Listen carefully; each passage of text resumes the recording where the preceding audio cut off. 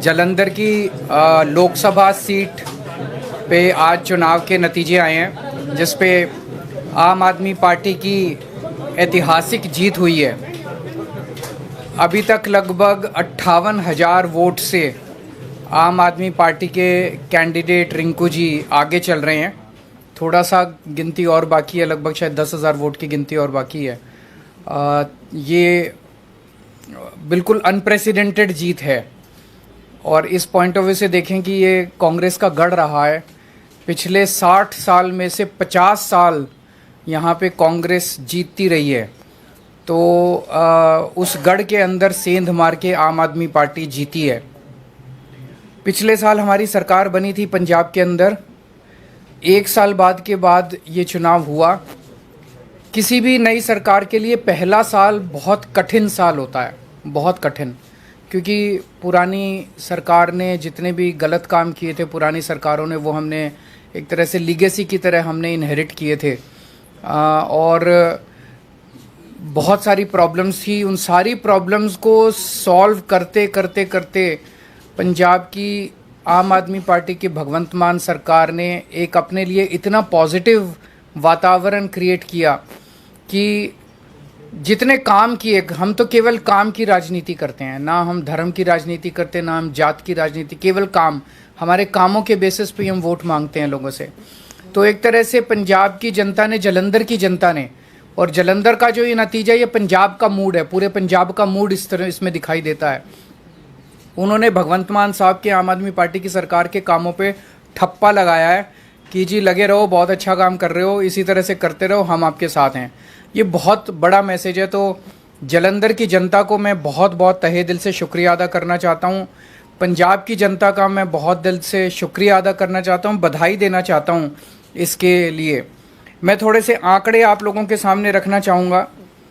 पिछली बार 92 सीट्स जीत के हमने सरकार बनाई थी, आज से लगभग 1.25 साल पहले। वो एक वेव थी आम आदमी पार्टी की। उस वेव में भी जालंधर की लोकसभा सीट में 9 विधानसभाएं आती हैं। उन 9 में से हम केवल 4 जीत पाए थे, बाकी 5 कांग्रेस के पास चली गई थी। तो ये इतना जबरदस्त कांग्रेस का गढ़ माना जाता है कि 9 में से 4 ही हम जीत पाए। उस वेव के अंदर भी 5 सीट कांग्रेस जीत गई। आज उस 9 में से 7 सीटें आम आदमी पार्टी जीती है। केवल 2 जालंधर सेंट्रल और जालंधर नॉर्थ की सीटों पे हम थोड़ा पीछे हैं। पिछले साल असेंबली का जो चुनाव था विधानसभा का, उसमें हमें पूरे पंजाब में 42% वोट मिले थे, लेकिन जालंधर में हमें बहुत कम वोट मिले, हमें 28% वोट मिले। आज इसको हमने बढ़ा के हम लगभग 34% वोट पे हैं और जालंधर जीत रहे हैं। पिछले बार असेंबली चुनाव में 4 विधानसभाएं ऐसी थी, शाहकोट, आदमपुर, फिलौर और जालंधर नॉर्थ, जहाँ पे हम तीसरे नंबर पे थे। आज इन 4 में से 3 सीटें हम जीत गए हैं और 1 सीट पे हम सेकंड नंबर पे हैं। और 2019 के चुनाव में, लोकसभा चुनाव में, जालंधर सीट से, लोकसभा की सीट से हमें केवल 2.5% वोट मिले थे। आज हमें 34% वोट मिले हैं और हम जीते हैं। दूसरी पार्टियों ने, बीजेपी ने एक नेता के, अटवाल साहब के बेटे, चरणजीत सिंह अटवाल के बेटे को टिकट दिया था। कांग्रेस ने संतोष सिंह चौधरी के बेटे को पत्नी को टिकट दिया था। दोनों को हरा के पंजाब की जनता ने परिवारवाद को हराया है और काम की राजनीति को वोट दिया है। 2014 में आम आदमी पार्टी की 4 सीटें थी लोकसभा में। 2019 में 1 सीट रह गई और फिर जब मान साहब पंजाब के मुख्यमंत्री बने तो 1 भी सीट नहीं बची। आज आम आदमी पार्टी की लोकसभा में एंट्री हो रही है, 1 सीट से एंट्री हो रही है और मैं समझता हूँ कि बहुत जल्दी आम आदमी पार्टी का लोकसभा के अंदर बहुमत भी होगा। भगवान ने अगर चाहा और देश की जनता ने अगर चाहा तो आम आदमी पार्टी अब नेशनल पार्टी बन चुकी है। तो एक लोकसभा ही ऐसी जगह थी जहां आम आदमी पार्टी की मौजूदगी नहीं थी, अब वहां भी आम आदमी पार्टी की मौजूदगी हो गई है। मैं फिर से पंजाब की जनता को, जालंधर की जनता को बहुत बहुत आभार व्यक्त करता हूं। बहुत बहुत धन्यवाद जी। जालंधर लोकसभा में जो बाई इलेक्शन हुआ उसमें जो नतीजे आज आए वो आम आदमी पार्टी के कामों पर लगभग 14 महीने अभी हुए नहीं हैं। 16 मार्च को हमने ओथ ली थी, 16 मई को 14 महीने होंगे, तो लगभग 14 महीने पुरानी सरकार के कामों पर पॉजिटिव मोहर लगाना बहुत बड़ी बात है। जैसा कि हमारी पार्टी के सुप्रीमो अरविंद केजरीवाल जी ने कहा कि हम धर्म की जात पात की राजनीति नहीं करते। हम मोहल्ला क्लिनिक गिना रहे थे, जो आम आदमी क्लिनिक हमने पंजाब में बनाए हैं 580।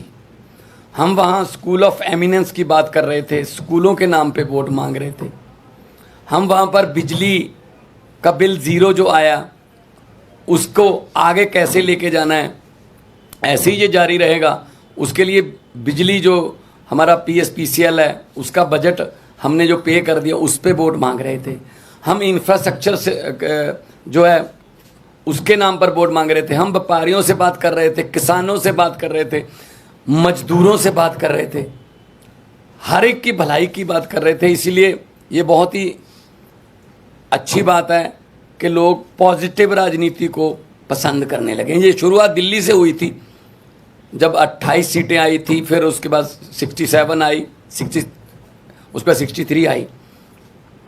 तो अरविंद केजरीवाल जी ने जो काफिला शुरू किया था रामलीला ग्राउंड से, वो आज एक नेशनल पार्टी के रूप में बहुत बड़ा बन गया है।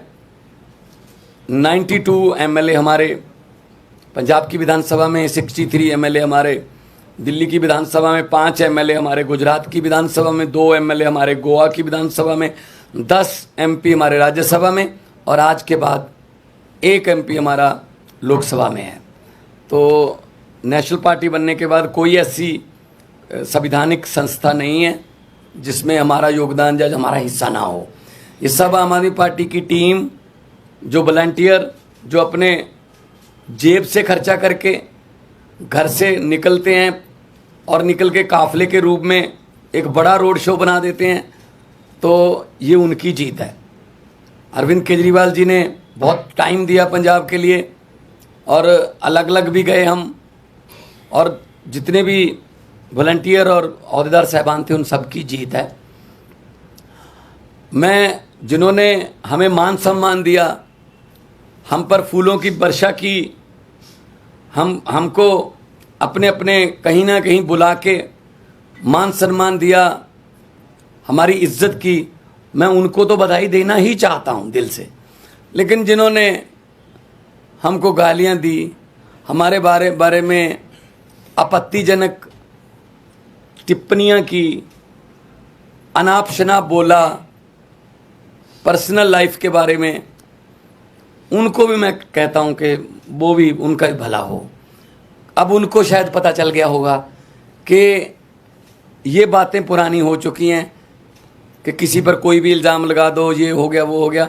लोग इस पर ध्यान नहीं देते। लोग ये चाहते हैं जी हमारे बच्चे को पढ़ाई अच्छी मिलेगी, हमारे बच्चे को रोज़गार मिल जाएगा, हमारे बिजली का खर्चा कम हो जाएगा, हमें बुज़ुर्गों का इलाज फ्री हो जाएगा। लोगों को ये मुद्दे चाहिए। शायद आने वाले दिनों में वो जो भटके हुए लोग हैं वो भी शायद अपनी जो है लाइन या अपना एजेंडा चेंज करें कि हमें ये एक दूसरे पर कीचड़ फेंकने वाली राजनीति की बजाय हमें विकास की बातें करनी चाहिए।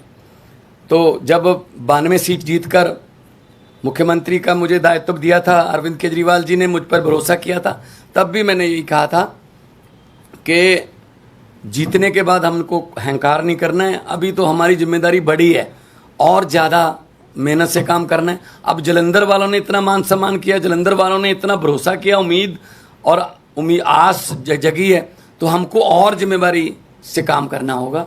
जलंधर को कैसे चमकाना है और हमारे पंजाब के शहरों को कैसे हमने चमका के पूरे देश में हमारे स्टेट को नंबर 1 बनाना है, ये हमारा अगला मकसद है। रंगला पंजाब, कलरफुल पंजाब जो हमारा टीचा है, उसकी तरफ हम बढ़ रहे हैं। आज जब जीत हुई मेरा हौसला बहुत बढ़ गया, क्योंकि हम लोग जब जाते थे, अरविंद जी रोड शो में जाते हम यही लोगों को कहते थे कि 11 महीने की इलेक्शन है, अगले साल इन दिनों में फिर कोड लगा होगा, 2024 की इलेक्शन चल रही होगी, बल्कि मार्च में ही लग जाता है, मार्च के एंड में। तो 10-11 महीने हमारे एमपी को मिले हैं, लेकिन 10-11 महीने में ही हम इतना काम करेंगे कि अगली बार हमको हाथ जोड़कर वोट ना मांगने पड़े। अगली बार हमारे काम और कामों के आधार पर जितना हमें समय मिला, पार्लियामेंट में जलंधर की आवाज़ पंजाब की आवाज़ बन के गूंजेगी, ये मुझे उम्मीद है। और आज लगभग 60,000 मतों से जीतना, और बाकी सभी इकट्ठे थे, ये बीजेपी, अकाली दल, बीएसपी, कांग्रेस, ये सब इकट्ठे थे। इनकी पीसी अलग अलग होती थी, बस एक घंटा पीसी में गैप होता था, कंटेंट सेम ही होता था, एक दूसरे को दे देते थे कि ये अब तुम ले जाओ, ये गालियां मैंने दी हैं, ये अब 3 बजे दे देना, वही गालियां 4 बजे वो देते थे। तो ये इकट्ठे मिलके लड़े। तो लेकिन लोगों ने इन सबको नकार दिया, और लोगों ने आम आदमी पार्टी की जो सरकार है उसके वर्क कल्चर पर, उसके ईमानदारी के जो फतवा है, ये ईमानदारी का फतवा हमें दिया। जलंधर के लगभग 8.5 लाख से ज़्यादा लोगों ने वोट किया, और हम उनकी आसों उम्मीदों पर पूरा उतरने की कोशिश करेंगे।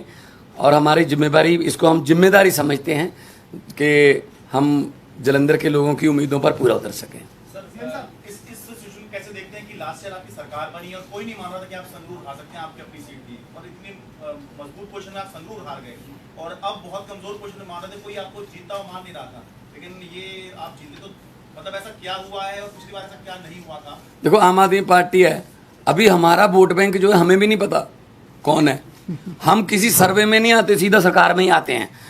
कोई नहीं मान रहा था कि 67 आ जाएंगी, कोई नहीं मान रहा था 63 आ जाएंगी, कोई नहीं मान रहा था 92 आ जाएंगी।